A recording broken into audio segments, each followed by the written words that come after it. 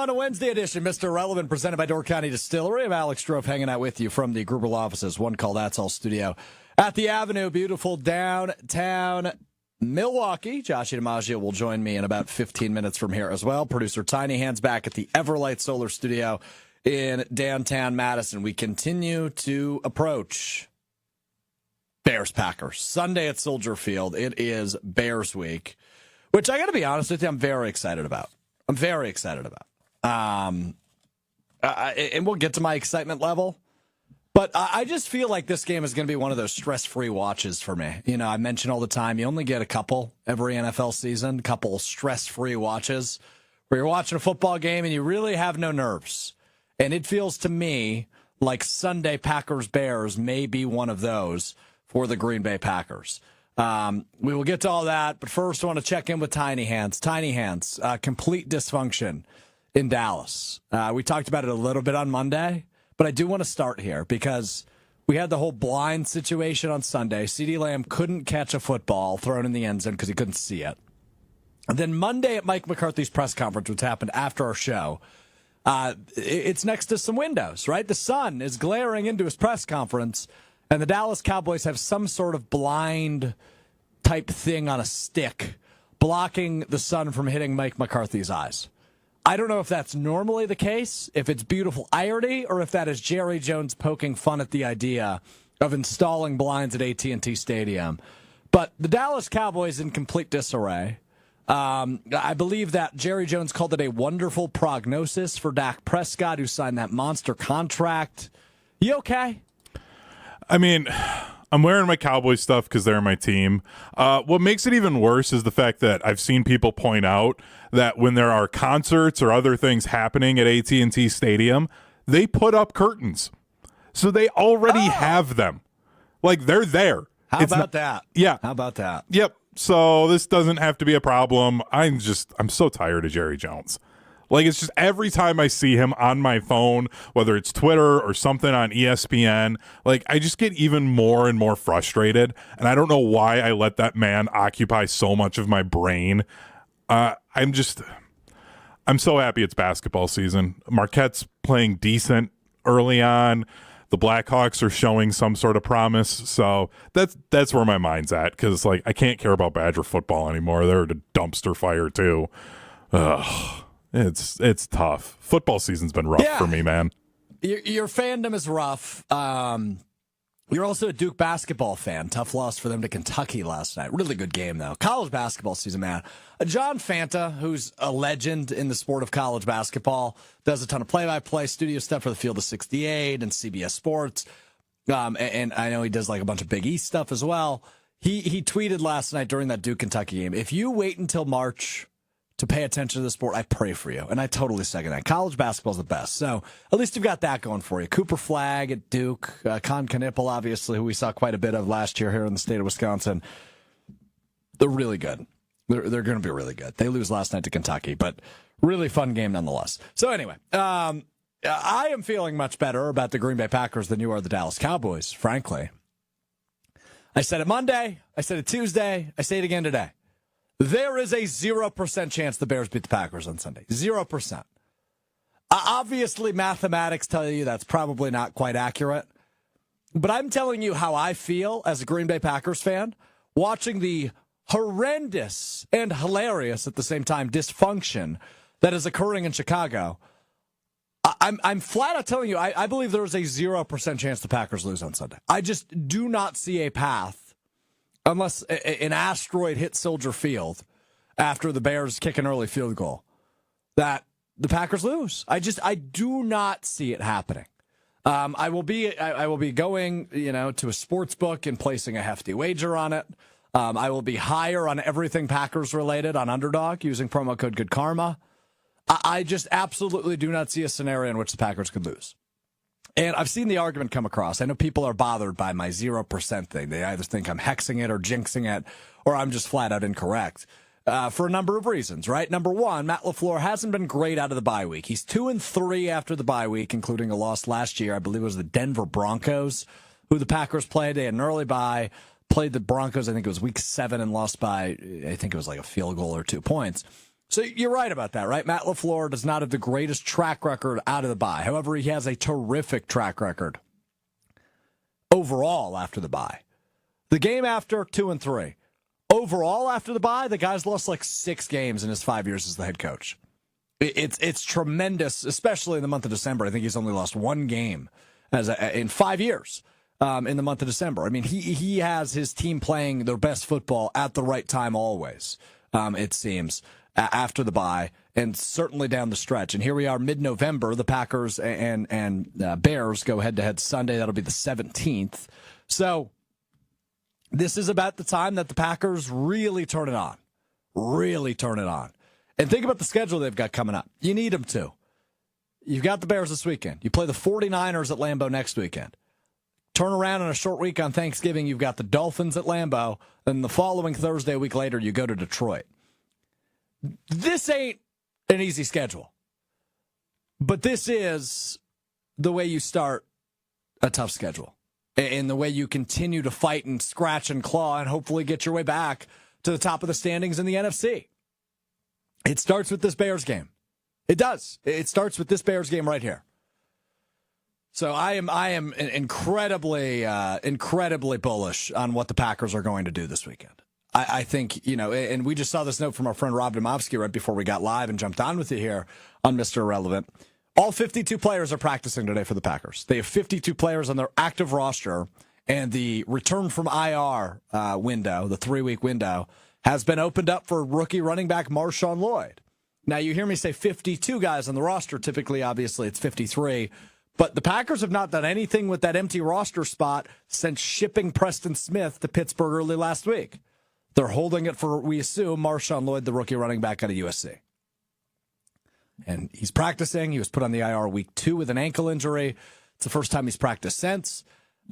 He's going to add a little bit of a bolster, a little bit of a spark to that running back room, which has been pretty darn good, right? Josh Jacobs has been terrific this year.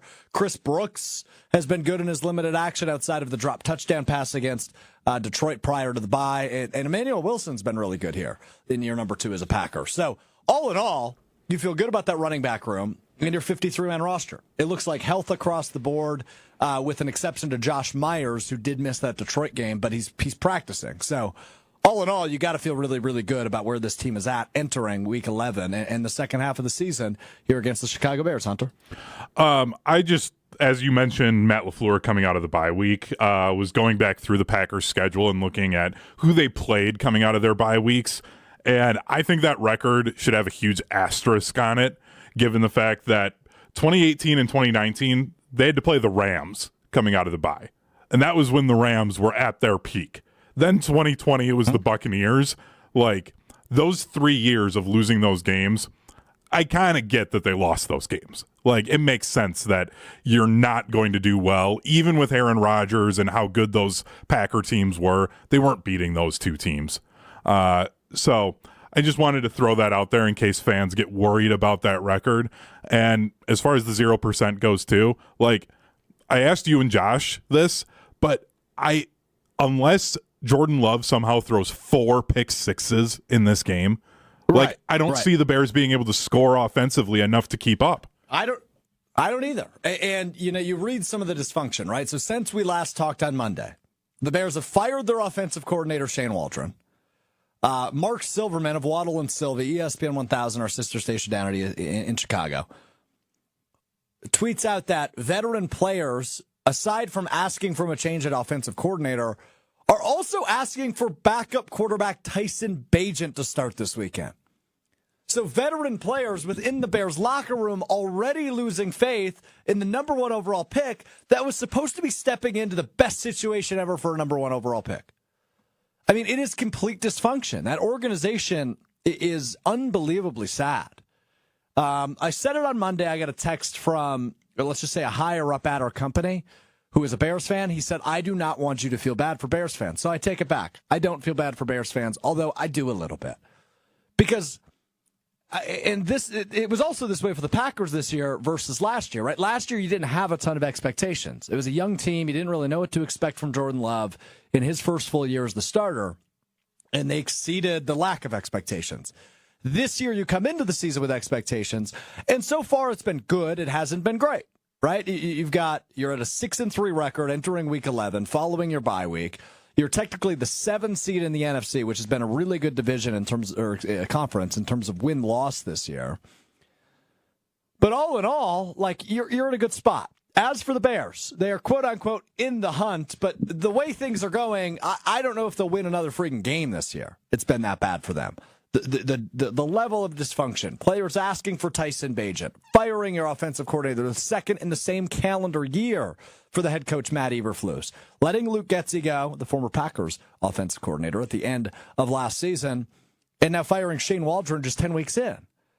I just don't see how this team, and look, some teams get the quote-unquote fired coach boost, like you think back to the Indianapolis Colts a couple years ago when people forget about this. Jeff Saturday was their interim head coach, and they won a game right after they let go, I believe it was, of Frank Reich. But again, all in all, I do not see a path to victory, as Hunter pointed out. Jordan Love could throw 2 interceptions. I'd feel fine still. Their offense is completely inept. Their offensive line is disgusting. They allowed 9 sacks to the New England Patriots last week, who are bad. Like, all in the NFL, if a team looks bad, it's usually because the opponent makes them look bad. Last week, the Bears' opponent was bad, and they made them look bad.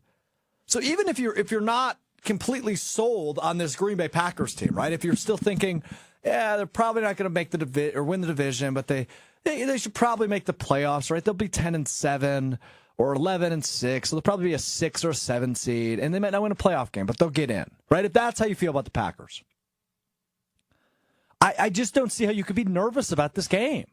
I've talked about it all week on the various shows I'm on, including this one. I just don't see a path to a loss for the Green Bay Packers. I just don't. So, yeah, I stand by it. 0% chance the Bears win. I can usually come up with reasons in my head. I was more nervous to play the Titans and the Jaguars than I am the Bears. Even if it's on the road, I don't care. They're that stinky bad.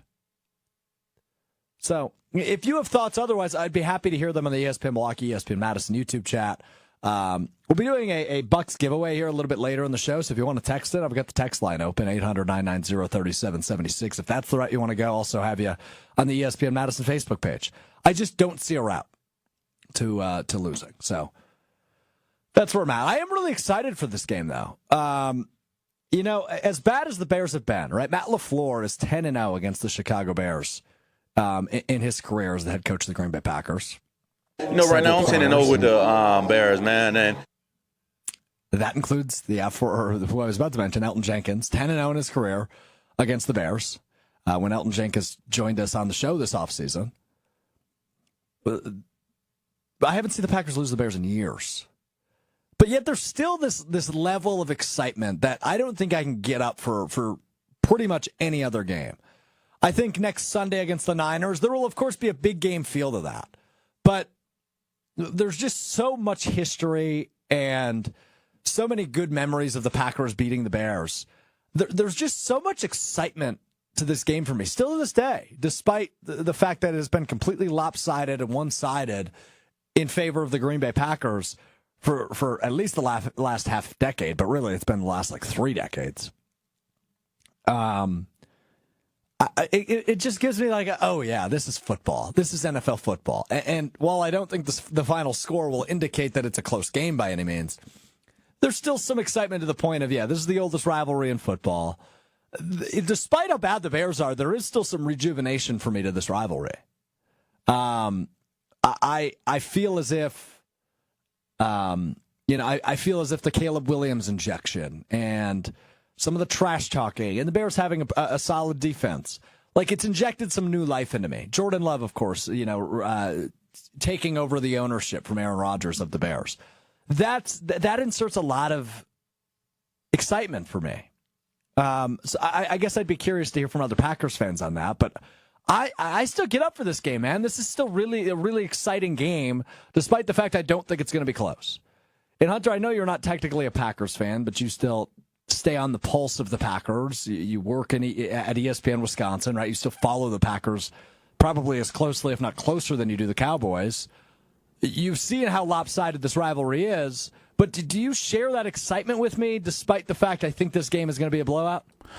It feels like because of the level of rivalry that this is at, no matter what either team is at, like this is still just an exciting game. It's kind of the same thing like college football. I'm going to watch Michigan, Ohio State, even though Ohio State's going to blow them out.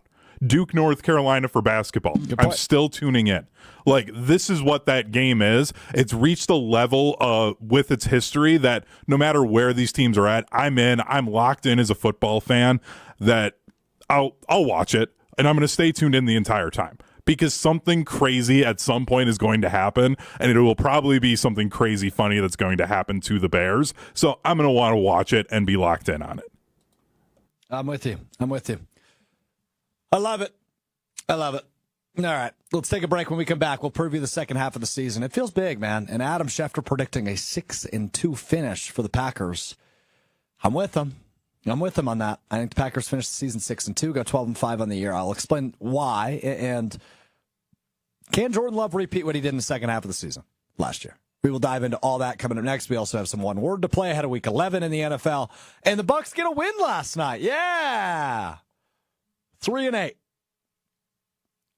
Is it still early? It's time to hit the panic button. Where are we at in the Bucks? We'll do a pulse test on the Bucks as well. All still ahead, but first got to tell you about my friends at Door County Distillery, locally produced, handcrafted, award-winning spirits made locally in beautiful Door County. It's whiskey season for me. The Door County Distillery bourbon, the single malt whiskey, which has won 27 gold medals across the country. Also a delicious rye whiskey, gins, bourbons, vodkas, rums. They've got it all. Affordable, award-winning, delicious, and made local. Elevate whatever you've got going on with Door County Distillery. DoorCountyDistillery.com is the website. We step aside for 6 and we come back. Second half talk. One word. Bucks. All the in-betweens. All still ahead. It's Mr. Relevant. I'm Alex Strouf. Fall is here, and once again it has me asking the question, where in the world is Door County Distillery today? It brings me to the great Liberty Station off the Beltline in Madison. Let's go into Liberty Station. Always a good time to enjoy a Door County Distillery old-fashioned made with the delicious cherry brandy, which of course is infused with famous cherries from Door County. Whether you're making an old-fashioned, just splashing in some lemon or lime juice, or just mixing it with a soda, nothing better than the cherry brandy from Door County Distillery. You can enjoy it everywhere, whether it's a tailgate, a holiday gathering, or you're sitting out at the patio right here at Liberty Station. Do it right with the Door County Distillery cherry brandy. Check out their website with a huge list of unique cocktail recipes at DoorCountyDistillery.com. That's DoorCountyDistillery.com. Yeah, DoorCountyDistillery.com is the website for our awesome presenting sponsor and delicious presenting sponsor. You can only say that so often. Door County Distillery and DoorCountyDistillery.com. So, Packers, 8 games remaining. 6-3 on the year. And it'll be 7-3 following Sunday because they are going to win that game. 0% chance they lose. Joshy's already smiling. Joshy literally just joined the show. He's already smirking at me because I said 0% already. Joshy, do you disagree with me on that? 0% chance they lose. I think there's no chance they lose. I'm more snickering at the fact that you're trying to reestablish your chokehold on the 0% chance take. Yeah, I'm fine with people joining the bandwagon. Just give credit where credit's due, you know? This is my philosophy. I was the first person, I think, to say there was a 0% chance the Packers lose. And there was one particular guy, maybe a part of the show I produced, Kyle Bruston Ortman, weekdays 2 to 5, that is now staking his claim in this take that I gave him. So, ridiculous. Anyway, 0% chance. But so you think there's no shot either. You're this bullish and confident on the Green Bay Packers Sunday against the Bears as well. If there were to be a case for it, it has to be Thomas Brown finds something that Shane Waldron was refusing to address on the offense. But here's the thing I hate about that take. Is Thomas Brown, and you can make the argument, they scored however many points against the Packers last year. Thomas Brown did the same thing in Carolina last year. He took over the offense, and they were horrible with the number 1 overall pick. He did the same thing a year ago. Thomas Brown is more respected in league circles, and his acumen is thought of as higher than Shane Waldron's. That's just the general consensus on him. What have you done for me lately? And if the argument you want to make is, hey, remember that game on Christmas Eve when the Panthers scored, 34 or something points on the Packers? Yeah, But can't I then turn around and say, hey, that was a Joe Barry defense, not a Jeff Hafley defense, which is clearly much better, despite the lack of pass rush, which we are going to see on Sunday because the Bears' offensive line is doggy doo-doo. Yeah, I mean, I don't know what you're looking for this take, because there's never a 0% chance that an NFL team isn't going to lose. I get that. It's any given Sunday except this Sunday. But the one thing that you seem to leave out here is Jordan Love has had interception problems. Interceptions that have turned into points for the other team. Yeah. I would, if there's a pick six in the Bears game, it's probably going to be a really close game. And that is a major factor that you have to keep, because the Bears defense is good. It's not great, it's good. If Jordan Love plays like we saw him play at various points of the season, that game is going to be coin flip. And as we know, the coin flip 50-50. One-score games can go either way. Good teams lose a lot of them. Bad teams win a lot of them. That's just how that stuff goes. Yeah. It's not going to be a shootout. It's a low total. All those factors make me try and inch away. I'm at 5%. Okay, but that's still pretty darn good. It is. 0%. I got it. You got a point. You're taking a stand. I am. But it just plays into my. I'm never this confident, Joshy. I mean, you've worked with me for years now. I usually find a way to be pessimistic, right? I host Green Bay Game Day 3 hours ahead of every Packers game on our stations, and I usually find, if you've listened to that show before, you usually know I find something to be nervous about. The Bears don't do anything that makes me nervous. And maybe that's the entire point. Maybe it's like, well, Strouf, you're overlooking him. Trap game, right? Like maybe that's the case you could make. I don't know how the guy went from I'm scared of the Bears to they've got nothing here I'm afraid of. I was wrong. I was flat out wrong. Right, but why am I now? I'm not scared of the Bears, but they have talent. There are talented guys out there. Well, of course, they're still NFL players. Right, but they have been punching below their weight so far these past 3 games that's what makes me nervous. I think they're better than the version we've seen the past 3, but not as good as the 4-2 team either. No. Like they're somewhere in the middle. Somewhere in the middle. But they are a bottom 5 NFL team. But that's significantly below the Packers then. How significant? I view the Packers as a top 3 team in the NFC. Maybe top 4.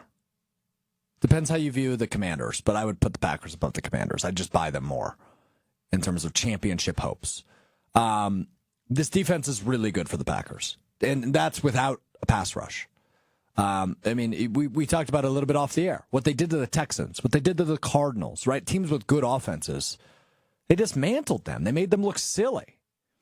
And for a team that, A, has no offensive line in the Bears, super big advantage for the Packers, who have really struggled to establish a daunting pass rush.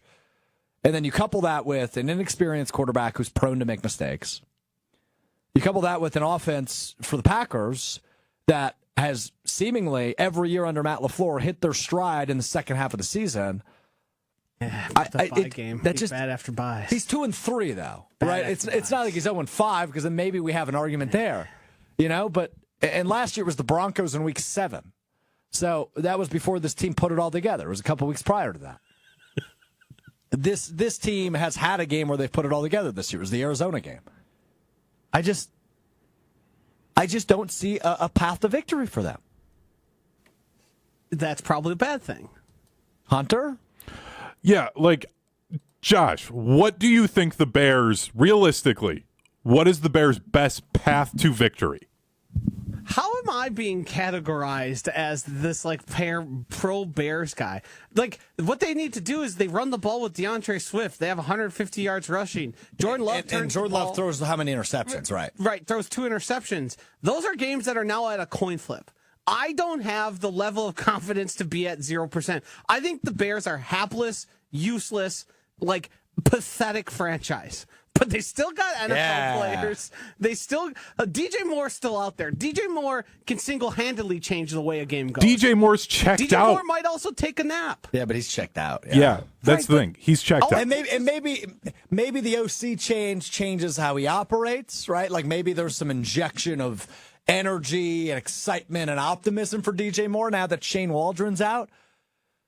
But changing the OC doesn't change much. You don't install an entire playbook in 4 days. Matt LaFleur did.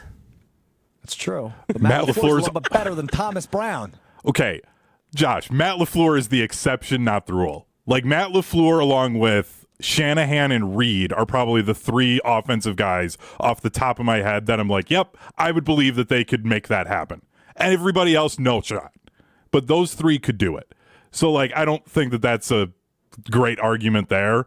Like, it's, again, I actively root against the Packers. I admit that. Every single Sunday I'm rooting for them to lose because I think the content is better on our stations, and I'm just that bitter off of the things that Aaron Rodgers did to the Cowboys. And I see zero chance that the Bears win this game. Too much time. Like, there's just no way. Yeah. It's always too much time. Every single time. Yeah, that's true. That's true. Yeah.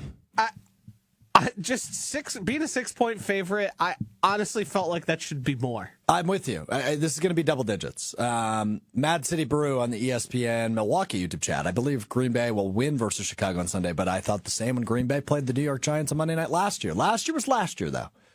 I've got a little bit more faith in this team's continuity. I also feel like and the general sense is the Packers had a great second half, so they're just going to do it again. I haven't said that because that's something I'm skeptical about. I feel like that's something people have kind of just said is going to be is a foregone conclusion. Yes. I'm with you on this, right? Like, I don't know that Jordan Love can exactly repeat what he did a year ago. He was the best quarterback in football the second half of the season. I don't expect that again. But let's go back to the word I just used. Continuity. Complementary football. Those are things the Packers can get better at as they play more football down the stretch. They're healthy. Everybody practiced today. This defense has a really good opportunity to have kind of a get-right game this weekend. Even though they played well against Detroit, they only allowed 17 points against one of the best offenses in football. So what this defense has shown us is good enough. The offense is the part I'm more worried about, and that comes down to Jordan Love and some of the mistakes you can't be making, the self-inflicted wounds we've talked a ton about.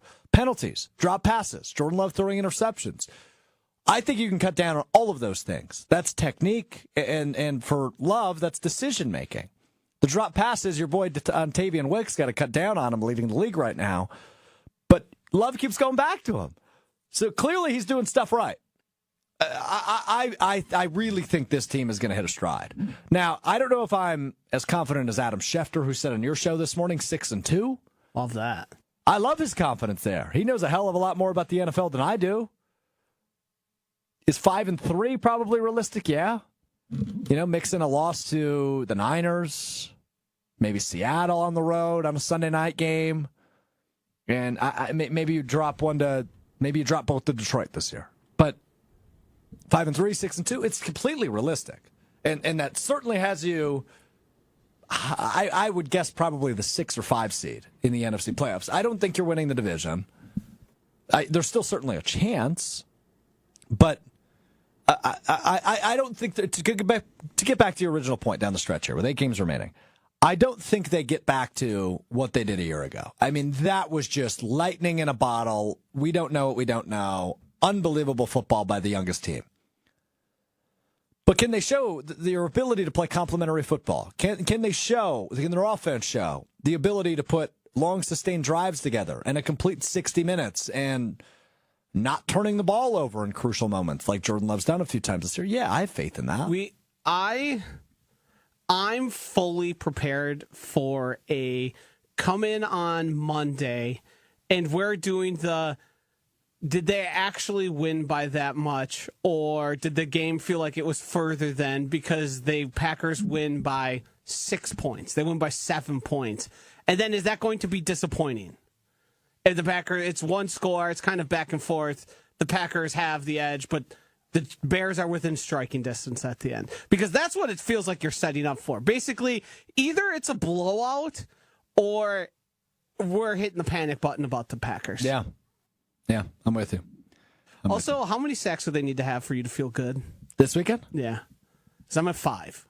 I was going to say 4. I need 5. They had 8 against the Titans. And by the way, I repeat, I was more nervous going into that game than I am this game. Well, yeah, it's really close. They're 9 for the Patriots, who had 19 coming into the week. Yeah. Patriots had 9. You got to get to 5. Rashawn Gary has to have a solo, too. Yeah, he does. I'm totally with you on that. I think there's potential. Rashawn Gary looks like the defensive player of the year we've hoped for him to look like for 3 years. I mean, against this offensive line, what indication would you have that man is capable of creating? Oh, no. See, now you're misinterpreting. You asked me what that man is capable of. It is the other way around. It is the ineptitude I've seen him and dysfunction of their offensive line. I've seen him get blocked by tight ends. Me too, Joshy. I'm with you. I'm not disagreeing with you. Tucker Kraft would throw him 50 yards downfield. You know, I'd actually be intrigued to see their matchup. That's a great point by you. I'd be really intrigued to see that. All right, we got to get to one word. I want to talk a little Bucks. We got to get to what we learned. All still ahead. But hey, we're doing this all week long on ESPN Milwaukee.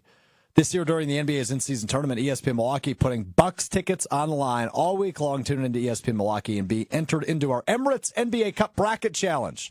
Right now, text the word CUP, C-U-P, CUP, to 800-990-3776. That's CUP to 800-990-3776.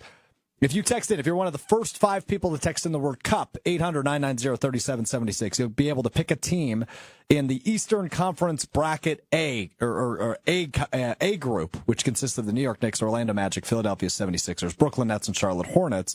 If that team ends up winning the NBA Cup, you will secure your seats to see unforgettable moments at a Bucks game. $2 tickets. You can also secure your seats at bucks.com/tickets.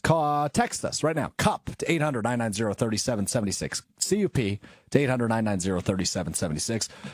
You're entered to win Bucks tickets. Knicks, Sixers, Magic. You believe in them to win the NBA Cup? Nets and Hornets, probably not, but you've got an opportunity right now. Word CUP. 800-990-3776 to get entered. Text that right now. 800-990-3776 if you're watching with us live. If you're listening back to the podcast, probably not going to have your opportunity. But anyway. From the Tribe says on YouTube, the reason why Jordan Love is always hitting Wicks is because he knows how to get open. Dontavian Wicks, by far one of the best route runners in the league, period. Totally agree with you. And that's something Joshy and I have talked at length about the last couple of months. He's so damn good. And I think it was on the air on Monday during the show. We talked about it's a little reminiscent of Davante Adams here, too. I'm not saying he's going to evolve into the best receiver in the league like Davante Adams ultimately did, but frustrating drops. But amazing route runner, unbelievable separation rate, has just an unmatched ability of anybody else in that wide receiver room to get open. Like, Jaden Reed is efficient as heck, and he's their best receiver. And he gets open, but not the way Dontavian Wicks does. Dontavian Wicks is a deep threat. He runs such crisp routes. So, yeah, that's why J. Love goes back to him, and that's what makes J. Love so good, is he hasn't lost faith in him despite leading the league in drops. So that's what makes Jordan Love so good. Despite some of the errors we've seen Jordan Love make this year, he's still a damn good quarterback, and that is a damn good leader as well, as we should point out, continuing to go back to the guy despite some dysfunction, probably not dysfunction, we'll save that word for the Bears, but some mistakes this season. Yeah, it's what young players do. Some of them have drop issues, some of them don't. Also, if you look at the drops at the end of the year, it's typically guys who are the better players in the league because they are getting the attention a lot. They're getting the ball a lot. The ball's getting knocked loose from them in situations that it shouldn't. He's simply getting, and we know these stats now because of the tracking systems in them. Dontavian Wicks on a per route run basis is like the most open guy in the league. That's how good he is at creating separation and making himself a target. The problem is he leads the league also in not bringing it in. I don't think you can make it to the NFL and have an unfixable drops issue. I don't know of how many guys in the NFL saw their careers fizzle out because they simply couldn't catch it enough. It's a correctable issue. It might happen next week. Mm-hmm. It might be 2025 before we see what that fully is. I sure hope not. I would like to see that in the Super Bowl than in the calendar year of 2025. I would love it to be the same. But the Packers are in an interesting spot because, quite frankly, aside from Jaden Reed, who on the field has really determined they need to absolutely always be on the field? Obviously, Romeo Doubs is on the field the most, and he's the most reliable, but he's made some drops as well. He also struggles to get open, and the reason he's having to make so many tough catches is because the defender trailing him is usually right on top of him. Yeah. Christian Watson has not delivered at all really this year. No. Which is fine, but I've certainly expected more out of him. The problem is other than Jaden Reed, no one's been like, this is why Dontavian Wicks can't make the field. So he's going to keep making it unless one of those guys becomes a force that is one of those guys where you can't keep him off the field. Romeo Doubs has been solid. He's been their second best receiver this year. Could you make the case Tucker Kraft's number 3? Yes. I think so. I think he's probably been better than Dobbs if we were to put it all together. It's probably close, but yeah. I mean, I think we could say 2A, 2B and just, save the argument. But after that, I don't really. There's space there for someone to take it. Yeah, it's Wicks or Watson. Right. That's the part. Bull Melton wants it. Want to try that one more time? Bull Melton wants it. He can have it. Yeah. I just want somebody to be consistent. And if Christian Watson wants it, he can have it too.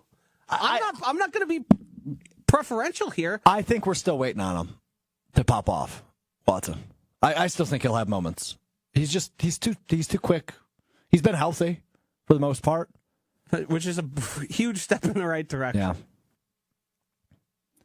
Yeah. Mad City Brew asking this question. Joshy, I will change the number of percentage for you before we get to one word because you said 5%, I said 0%. Mad City Brew, what if I say Jordan Love can't play? Would Willis change your 0% the Packers lose? I almost would go to 0% because I know what they're going to do. They're going to run the ball. Yeah, I feel 1,000 times. I feel equally as good. They've been mistake free with Malik Willis. Of course, 0 interceptions. Yeah, best QBR in the league. And it's winning in a different way. And this is one of those teams where. But that's what makes LaFleur so damn good. I agree. He can win in multiple ways. He knows how to build a system for the guys he has on the field, which was what makes him great. So, no, it doesn't change anything. The case I see for real optimism here is Jordan Love's health improving.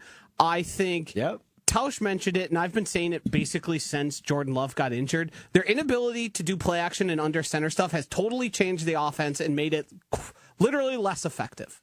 And Jordan Love is pressing in spots he probably wouldn't have to be and making decisions he wouldn't have to because as we saw throughout last season into the playoffs, there were throws he was making to guys who just had no one near them. Mm-hmm. And it was like a 3-man route. There was 3 guys out there, and somehow the 5 couldn't keep track of all of them. It's just different when Matt LaFleur is able to run that play action. They have now a really consistent guy, and the reason Aaron Jones was such a revelation was he was that good. Josh Jacobs just shows up and is that good like every week. And it's just a matter of time. You have to imagine the amount of time Jordan Love has had off now.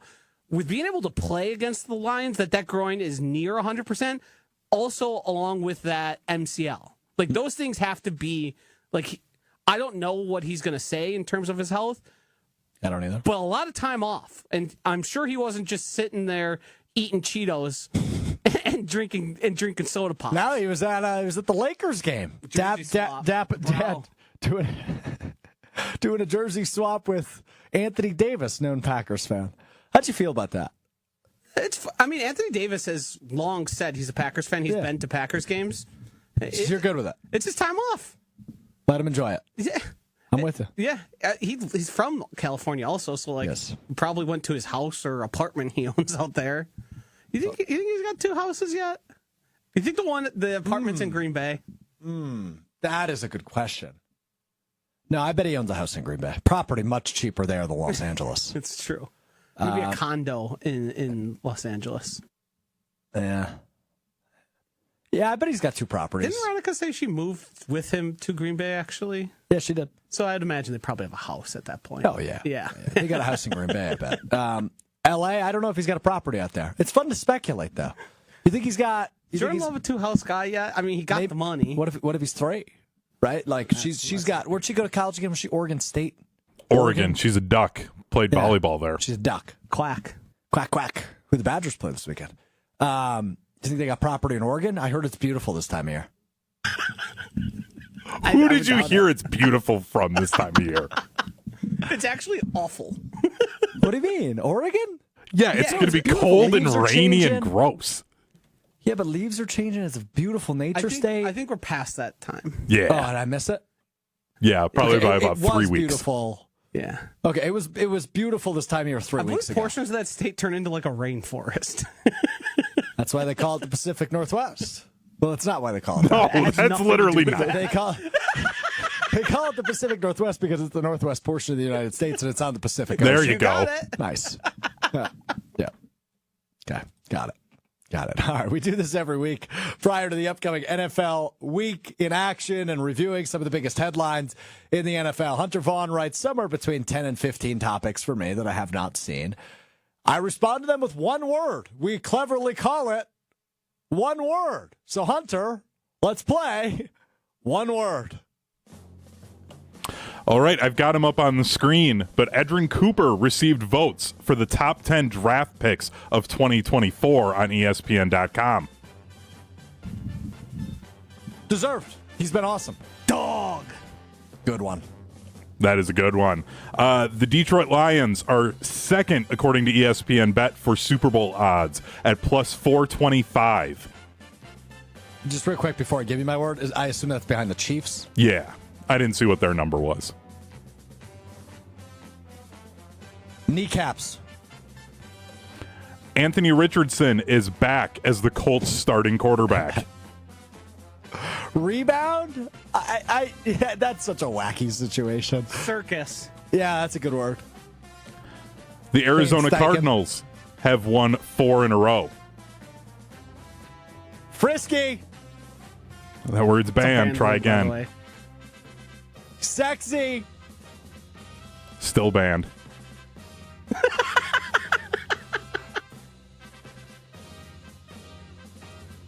COD. Call of Duty. Acronym. Try again.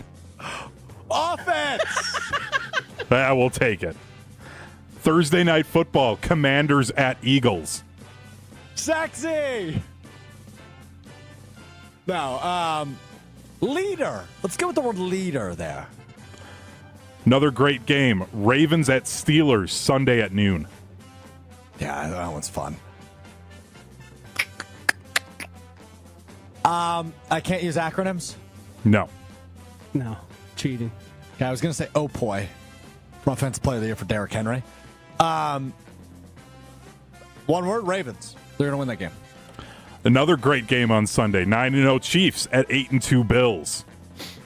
Preview of the AFC Championship game. And of course, I had to do it. Bears fire offensive coordinator Shane Waldron. Hilarious, dysfunctional, Bums. bums, awful. Embarrassing. Yeah, we could go on for this one Joke. for a while. Comedy. We'll move on Enjoyable. to another joke team. This morning on Unsportsmanlike, Adam Schefter said he would guess Daniel Jones has played his last snap with the Giants. Unsurprising. Dimes. Dimes. Yeah, that's a great word. Josh, you might be better at this game than me. You might be better at this I than me. love. There is, and you can go and look at the stats and look at the amount of games started and losses. There has not been a quarterback to be as bad and play as much as Daniel Jones is. He's truly a marvel of football. Well, what about like, I just got to think about this. Oh, yeah, for how many games he's played, probably Yes. not. Because I was going to say Trubisky, but Trubisky made the playoffs one Yes. year. Yep. I mean, Danny Jones did too. That's what He got him his hasn't big thrown contract. multiple touchdowns in like 3 seasons. In a game, you mean? Yes. Really? I did It's not know that that. bad. Wow. Yeah, it is. It is. And you know what? Giants made their own bet. That's another, I mean, you said it, Hunter. That's another embarrassing franchise, a horrible decision. The Giants are clearly good at that. They can't figure out how to replace Eli Manning. And I don't mean to slander Eli Manning because he's a Hall of Fame quarterback. He's a 2-time Super Bowl champion. But it's not like he was a very good regular season quarterback. He was average. Is that a fair word? Yeah. And they're having an impossible time replacing him. Still. It's because they're looking in the wrong places. That's fair. And then they put too much faith in their guy. But anyway. I've got one last one. Got to stay in the city of New York. Adam Schefter on the Pat McAfee show said that Aaron Rodgers doesn't look like he's having fun out there. because he's not. I guess that's more than one word. Yeah, good. My word would be yeah. Yeah. Did you see our boy did his own research and read a fake stat sent out by Sarah Sivian? Who did this? No. Aaron Rodgers. What is this, medical related? No, it was a Jared Goff stat where she just made up one about Jared Goff is like 4-0 in games with 4 interceptions or more. And Jared Goff is 1-1 in games with 4 interceptions or more, I believe is that. Now, I'm giving fake stats, but I'm also not presenting them as a real thing. Yeah. He's just doing his own research out there, baby. That's what he does. Research connoisseur. If there's no better way to encapsulate the Aaron Rodgers experience than that instance, oh, man, I love that they're so bad. I got to say it. I'm back out. I was back in after the Hail Mary. I'm back out. What are they, 3-7? They're horrible. Stop putting them on national TV. Oh, because I'm gonna watch them. They ain't going anywhere. And if Rodgers looks like vintage Rodgers, I'm going to naturally end up cheering Here's for the him. sneaky part and why they might end up getting flexed just because like it's an obligation. But as many people want to watch Aaron Rodgers, want to watch him fail. Like him struggling is a good product for the NFL. Yeah. I'm pretty sure I was looking at this, and they're like basically done with primetime games now. Like they had a crap ton at the beginning of the season, and now like the NFL left them off just in case. Like I think they knew what could happen, and they wanted to. Come on, we all know, despite their horrible record, they're going to get flexed at some point. They'll be on Sunday night.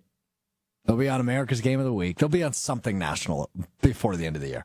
Because Hunter, you are right. I think we've talked about this before, but I remember Mike North, who handles the scheduling for the NFL and the networks, stacked him at the beginning of the season, given what happened last year with Aaron Rodgers going down in week 1. They wanted to make sure if Rodgers is going to play, let's get them all on the national networks early in the season. So I think you're right. They are done technically. Yeah, they only have noon games left. Watch them win 3 games in a row. Does all he of a sudden retire? they're 6-7. No, I think he runs it back for one more.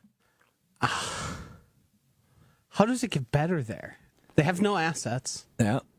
I'm not the general manager, Josh. I'm not disagreeing with you. A new head coach next year, likely. Unless they hire Jeff Ulbrich. But also now let's pull that thread. What do? Do you let Aaron Rodgers still run this franchise knowing that you're 1 year closer to him no longer playing? It's a great question. Because he's going to have to like the new guy. It's going to be Nathaniel Hackett. Like, they are in as bad of a spot as you could imagine. Yeah. But like, yeah, they're bad. It's also, we know Aaron has a ginormous ego. Like, he's going to come back. He's going to come back. They're going to bow to it because other than he wants to make the playoffs one more time. Yep. And I don't think it's going to happen. And then he'll go on Pat McAfee and parade around like, hey, see, I told you we could do it. I told you. Everybody doubted us because they made it to the wild card and got blown out on the road at the Bills. Yeah, but he's a sensitive little man. He doesn't want to go through another year of okay, so let me ask you this. Embarrassed. Let me ask you this. Do you think there's a realistic possibility that Aaron Rodgers is traded again?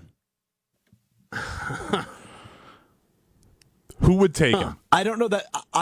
That's where I was about to go with that. I don't know who's asking for him. The Bears? I contend nobody wants to enter into that anymore. There is no clearer sign that whatever it takes to keep Aaron Rodgers happy and Aaron Rodgers on your team is not good for a football team. Yeah. The last year with the Packers and now this year with the Jets. I'm with you, dude. But who knows? Who knows? All right, let's talk a little bit about the Milwaukee Bucks before we wrap up the show. But first, UnderdogFantasy.com. It's the best way to watch sports. Just watched a little college hoops last night. Got my highers, got my lowers. How you play on Underdog? It's easy as this. You look at player projections on their stats. Whether for basketball, that could be points, that could be PRA, points, rebounds, and assists. You could look at football. It could be passing yards, passing touchdowns, rushing yards, rush or receiving touchdowns for receivers and running backs. All you do is pick higher or lower. You can pick anywhere between 2 to 8 picks in your pick 'em entry. Pick higher or lower, and you can win up to 1,000 times your money. You could turn $1 into $1,000 on Underdog Fantasy and Underdog. and the Underdog app. Use promo code Good Karma at sign up, GOODKARMA. Good Karma at sign up. Get a 50% deposit match and a free pick at sign up. You put $100 in, you get $50 more to play with. You put $1,000 in, you get $500 more to play with. Promo code Good Karma at sign up. I'd like to make a promise to you, Hunter, and the Mr. Irrelevant. Just don't do anything illegal. Correct. I'm going to work my damnedest to try and get us back into the win column this weekend. I can't promise I'm going to win. Yes, that's illegal. I'm going to promise I give it all I got. I'm hitting the lab. I'm going to come back with some hot tips. All right, I got an idea. Yeah. You and I, there's a bar about 20 feet that way. You follow what I'm saying so far? In the 3rd Street Market. I don't like where it's heading. We'll grab some Door County Distillery bourbon. I like that part. We'll each have a little on the rocks. I like We'll it. open up the Underdog app or UnderdogFantasy.com, depending You're singing to me right now. if you have your laptop open. We'll get all the stats out. We'll look at the averages. We'll do the variances. We'll do some math. As you guys know, math is my specialty. We'll get in the lab. We'll Door County, little Underdog. We'll get back in the winning column. There's a big flaw there. It's the will part. We'll try. No, I don't want to do it with you. Oh. Wow. Instead of speaking your language. Yeah, Door County, Underdog. It's the we, the you. Okay.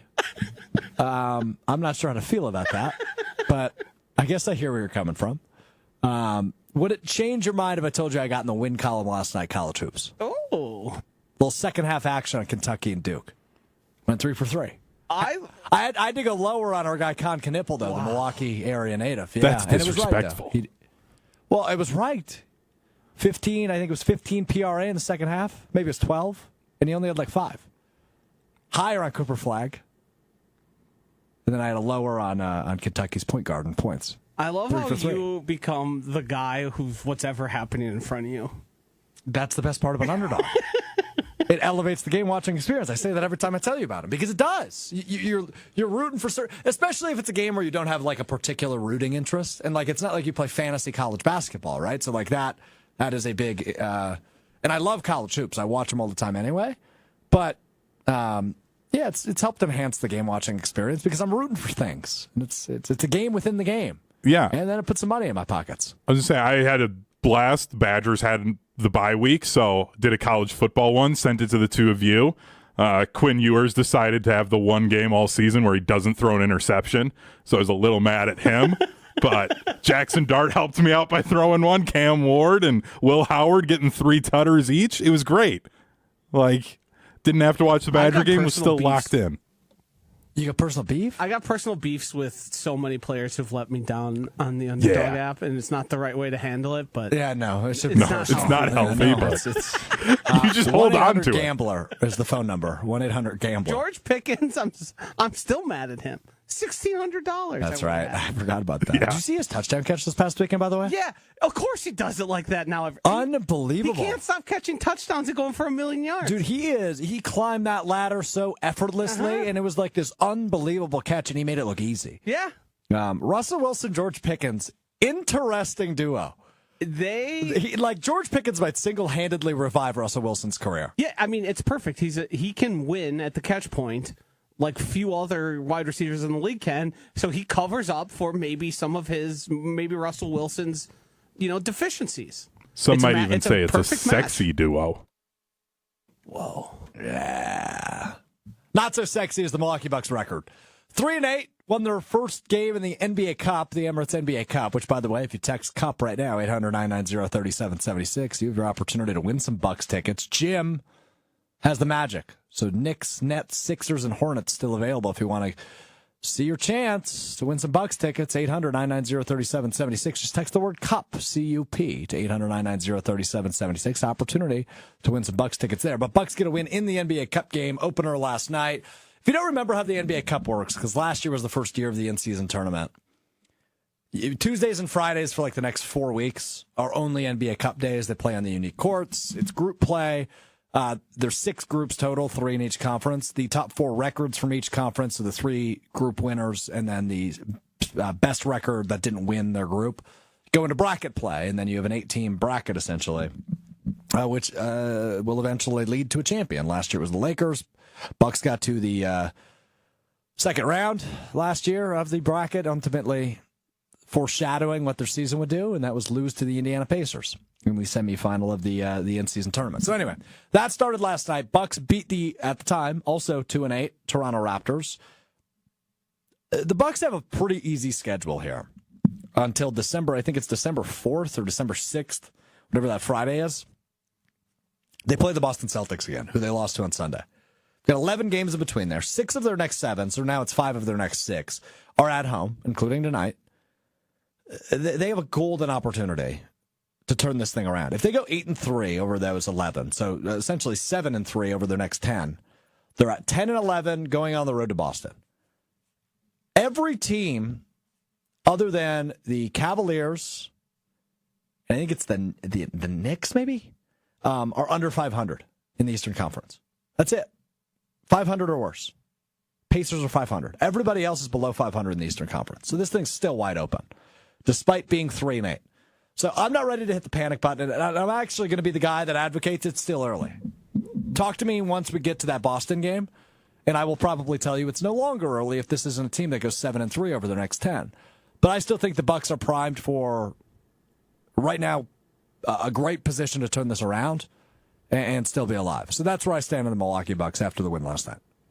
I saw a tweet, and I sent it over to you from Bucks Zone, but they reminded everyone that the 2000-2001 Bucks started 3-9 and went on to finish with a 52-30 record and came one game away from the NBA Finals. So just a helpful reminder for Bucks fans there. I took that the opposite way. Uh-oh. So you mean to tell me the best case scenario is a game away from the finals right now? You wouldn't take that with the way this season has started? This is a team that has championship expectations. Yeah. Yeah, I understand, but the way the last two playoffs have gone, I'm gonna at this point, like, just get to the Eastern Conference Finals. Tell me there's at least a chance that they can get there, because the last 2 years I haven't seen it. But the issue is they're running out of runway because they're old, right? Like, they're just old. And A.J. Green has done some nice things. Andre Jackson Jr. has done some nice things since he was elevated to the starting lineup last Thursday.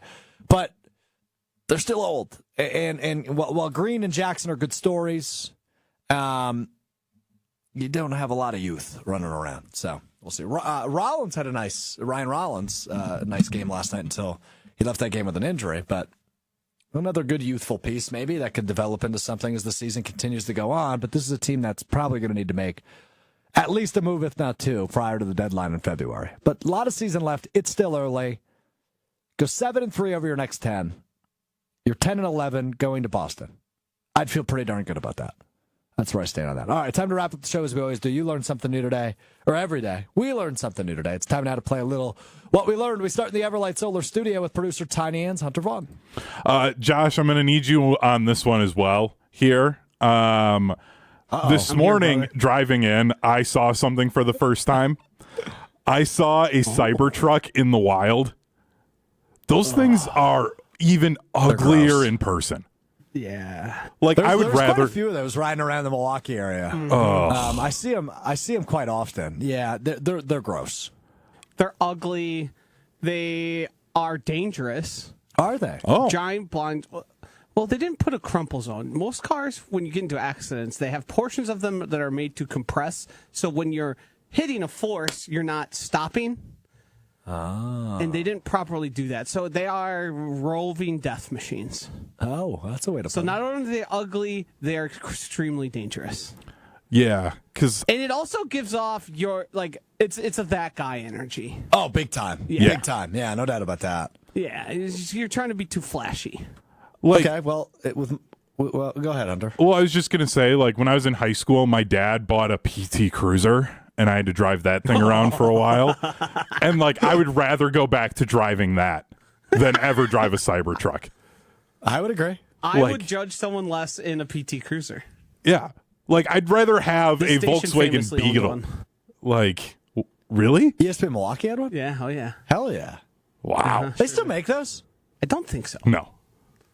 You are correct. They have not made one since 2010. Yeah. Not a very popular vehicle. There you go. But interesting. Yeah. Hey, what I learned John Krasinski, sexiest man alive, according to People's Magazine. That's what you're bringing to Here in us? 2024. Yeah, it gives me hope. Because I have a couple features that are similar to him. Big nose, kind of a not so great, little patchy, but like thin beard, dark features, you bushy eyebrows. No, it makes me feel like I'm more handsome than I actually think I am. You've been breasted this. Yeah. He's the sexiest man alive, so actually I'm good looking, and you guys should all respect that. Yes. He I've got gets a better paid one. millions Get to rid of be John put on a Krasinski. giant screen. Yeah. Like, Yeah, he is he's- far he's better hot. looking He's than you. great, but he's great. And, you know, like Paul Rudd won this award once. And that one made me feel good because of, you know, I'm hilarious. I got a great personality. So that's why that This one is made bad. me feel good. But anyway, go ahead, Joshy. The man from Green Lake who decided that he wanted to start a new life. In Eastern Europe? Yeah. He faked his death on a canoe fishing trip, left his stuff there, left for Uzbekistan. Has he been found yet? No, he has not been found. The police are adamant they're going to find him despite not knowing where he currently is, which feels a little weird to me. The first emotion I felt was, we've all been there. We all wanted to get away. Have we? You've never wanted to disappear? I've never wanted to fake I my have. own death, no. No. Well, not the that fake far. my own death part. Yeah, no. Because, like, there's people I care about that be worried about me. Maybe I'm just too happy and joyous of a fella. But no, not really. I don't think I've ever been like, man, I need a break. You've never been like, I don't want to do this, or I've got a really bad week coming up. What if I just disappeared? Honestly, no, I don't think so. I don't think I've ever had that. Or maybe you're just not thinking about it. And I'm probably completely unrelatable for that. But So I realized I've been spending a little too much time on like TikTok and that now because I just saw on Facebook really? an article about this. Well, so you mentioned Green Lake County. My hometown of Berlin is in Green Lake County. The Green Lake County sheriff is the stepfather of my childhood best friend. So I know him very well. And all of a sudden started seeing him pop up on my Facebook a lot about this. So I don't know if we wanted we've to try got and ties. yeah, like if Are we you like wanted to ask get if an we wanna interview book him here on the show? Yeah. Do you No, want me I to think try? We'll be okay. Okay. No, we can pass it on to WTMJ though, because Okay. he'll handle the real news. Joshy just is fascinated by the human brain. Yeah, the person I want to talk to is the man who's running from the Yeah, you got any connections in Uzbekistan? No, I That's who I don't, would like to talk to. I unfortunately. agree. How awesome would it be to get that guy on from an undisclosed location? I mean, Yeah. would we get in trouble for that? No. If we said we have no idea where he is, but he is willing to join us, No, there's the authorities couldn't do anything to us? no. We wouldn't be in trouble for like harboring a fugitive. You could question our ethics on Sure. putting somebody like that Well, you on. could do that regardless. But Yeah, Yeah. but we're not doing anything illegal. Okay. Hey, Hunter, reach out to your Uzbekistan contacts. Okay. Circle back. Otherwise, if you're unable to make that happen, Jim Rutledge will join us Friday to talk Packers Bears. We will have our second annual, third overall, second biannual, respectful Chicago Bears chat. I will show him nothing but respect when I ask him about Shane Waldron being fired, players asking to bench Caleb Williams, and all the in-betweens. I will be respectful on Friday ahead of Packers Bears on Sunday. Jim Rutledge, host of Jim, Matt, and Molly on ESPN Madison, will join us Friday as we continue to preview that one. Any final thoughts, anybody? If you were going to fake your death, how would you do it? We will talk to you on Friday beginning at 12:30 on the ESPN Milwaukee, ESPN Madison YouTube channel, the ESPN Madison Facebook page, and available wherever you get your podcasts, Apple Podcasts, Spotify, and Wisconsin On Demand. I don't know. Let me think about that. I'll come with an answer on Friday. It's Mr. Irrelevant, presented by Dork County Distiller. I'm Alex Strouf. Peace.